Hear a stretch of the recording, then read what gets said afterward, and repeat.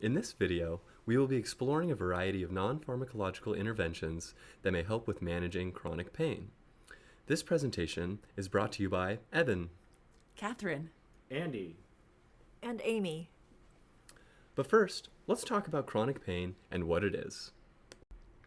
Chronic pain is defined as pain lasting beyond normal tissue healing time, generally understood to be 12 weeks. Roughly 20% of the adult population deals with chronic pain, and that number increases significantly to 34% in low-income countries. When only looking at adults 65 and older, the rate of chronic pain jumps to 62%. There are many different interventions available to people suffering with chronic pain, including surgical interventions, pharmacological interventions, and non-pharmacological interventions. For the sake of today's video, we will be focusing on the non-pharmacological interventions.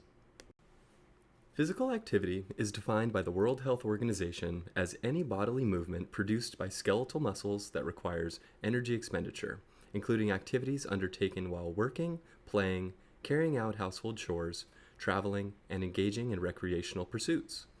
Exercise is a subcategory of physical activity that is planned, structured, repetitive, and aims to improve or maintain one or more components of physical fitness.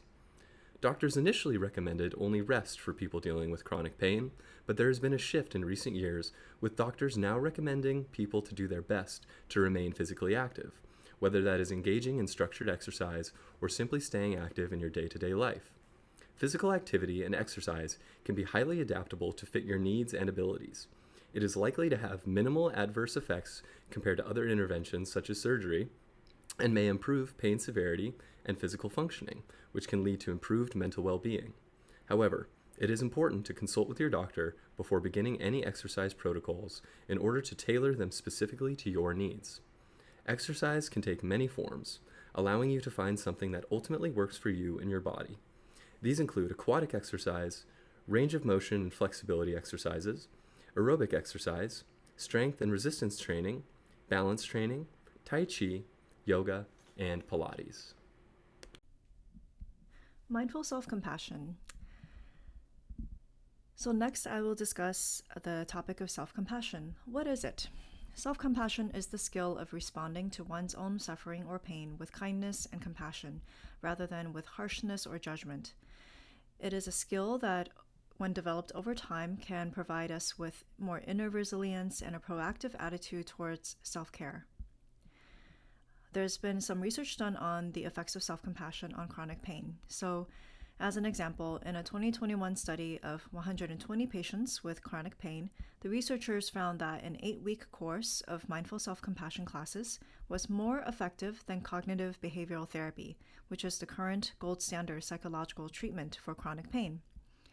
This is very good news. The mindful self-compassion participants reported greater levels of self-compassion, a reduction in their anxiety levels, pain interference, and also more pain acceptance compared to the CBT participants. So when you're ready, perhaps we can try a self-compassion practice together. Let's begin with 2 or 3 deep breaths, just to help us center ourselves. So take a deep breath in through your nose, and maybe a nice easy breath out through your nose or your mouth. Let yourself soften and relax into the chair that you're sitting in. Maybe take another breath in and out if that feels good.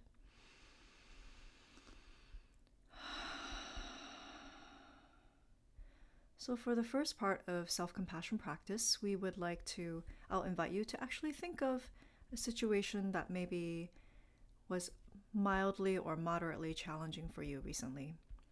So this could be perhaps you felt a little stressed because you had a deadline coming up, maybe some homework or work due. Maybe it was an interpersonal conflict, or maybe there was some pain in your body. So the first step is to acknowledge with mindfulness what is actually happening in your experience. So simply acknowledging it, you might say to yourself something like, "This is a moment of suffering," or "This is a moment of pain," or simply, "Ouch, this hurts." Step 2 of the practice is to acknowledge common humanity. So the experience of chronic pain can feel isolating sometimes. We might think that we are the only ones who are suffering or the only ones who are in pain. But the truth is, there are many billions and many people on the earth right now probably also suffering from some kind of suffering or chronic pain. So we remind ourselves that there are many others who also suffer, whether it's chronic pain or some other kinds of suffering. So I am not alone. This is to help us feel less isolated. Step 3 is to offer some self-kindness or self-compassion. So if you like, perhaps if it's comfortable for you, you can offer some gentle, soothing touch for yourself. You might try placing a gentle hand, your own hand, over your heart or chest, heart center or chest, or anywhere else that's comfortable for you. For example, maybe a hand on your cheek or a hand on your belly, anywhere that gives you a sense of support. And just noticing how that feels, that simple, soothing touch. And then if you like, you can add some supportive words for yourself. For example, you might say, "May I be kind to myself in this moment," or "May I care about my own suffering and pain," or "May I give myself what I need right now."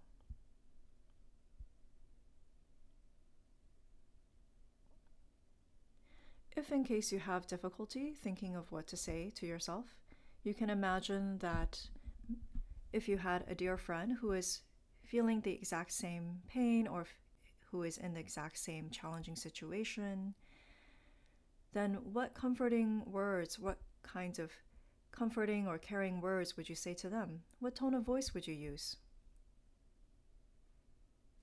Perhaps you might say to them, "Oh, this is really hard, but I care about you," or "I'm here for you." You can listen to your own inner wisdom, your own inner compassion, and then try saying those same words in that same caring tone to yourself. For example, "I care about my own struggles and my own pain. I'm gonna be here for myself," or "I've got my back." And see how that feels.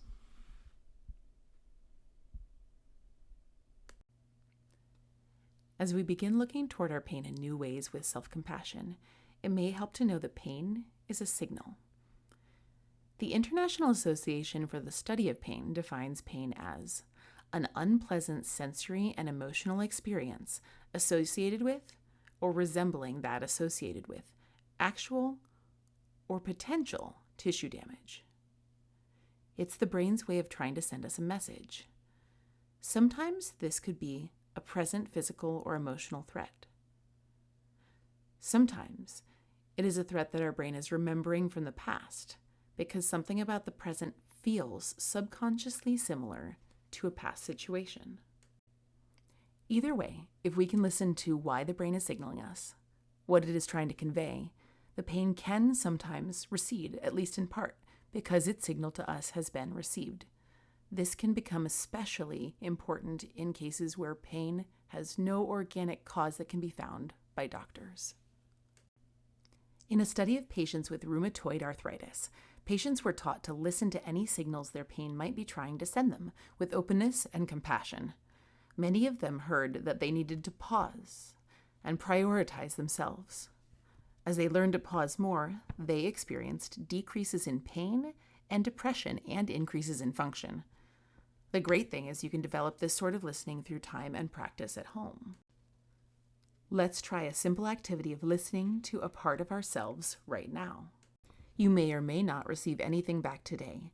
This listening can take time to develop, especially if distance from listening to your body has been a way that your body and mind have protected themselves in the past. Close or lower your eyes and focus inward. Take a couple of breaths if that feels helpful. Focus on a part of your body that is feeling a pain, a tension, or a pressure right now. If it is too intense, you always have permission to go back to simply focusing on your breath. As you let your awareness rest in that pain or that tension, let yourself experience what that sensation feels like in your body right now. As you bring your attention to this sensation, what might it be trying to tell you? As best as you can, try to allow the experience of the pain to send a message versus trying to think about what it might mean. You may or may not receive something back. Something might come to you in a sensation, an image, an impression, in words, or something else. I'll be quiet for a moment so you can listen to anything this pain might be trying to signal. Feel free to pause this video at any time to give yourself more time.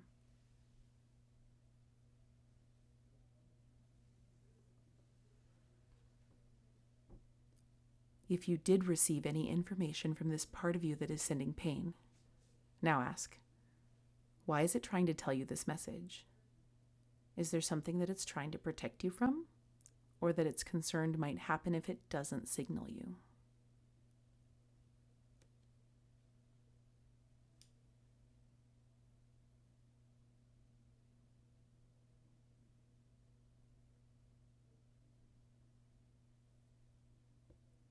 As genuinely as you can, try to extend a thank you to this part that is generating the pain for the message that it's trying to send.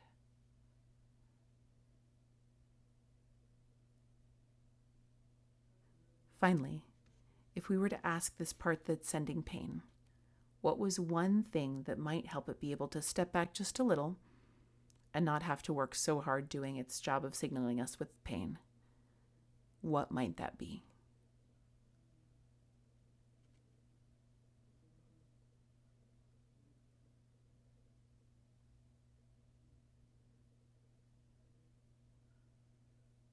As you're ready, take a couple of deep breaths and bring your awareness back into the room. What is ACT? Acceptance and commitment therapy helps us accept pain, become present, and take meaningful action. Chronic pain affects more than just the body, but also the mind, relationships, and identity. ACT changes the way we relate to pain. Clean pain is just a physical sensation that you feel. Dirty pain comes with the added suffering from avoidance, judgment, and hopelessness. ACT helps us separate the two. The tiger metaphor. Trying to control pain is like feeding a tiger. The more you feed it, the bigger it gets. ACT helps stop this cycle by accepting the pain instead of feeding it. You are not your pain, you are the person experiencing and noticing it. You can choose which direction you want to go. Exercise. Chinese finger trap metaphor.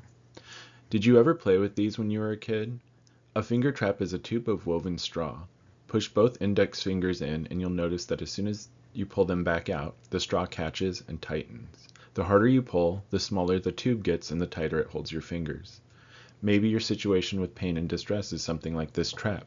Maybe there's no healthy way to get out of the pain or distress once you're stuck in it, such as with a chronic condition, and any attempt to do so just restricts your room to move. The only way to get some room is to push your fingers in, which makes the tube bigger. That may be hard to do at first. Your mind tells you this is an issue in terms of in and out, not tight and loose. Maybe you need to come at this situation with a different angle, different than what your mind tells you from the experience of suffering. Is this moving in something you could do when you're struggling to get out of an experience? So to recap, we've discussed several non-pharmacological ways of intervening with chronic pain. We talked about the benefits of physical exercise, of self-compassion, of acceptance and commitment therapy, and of learning to listen to the pain's signal.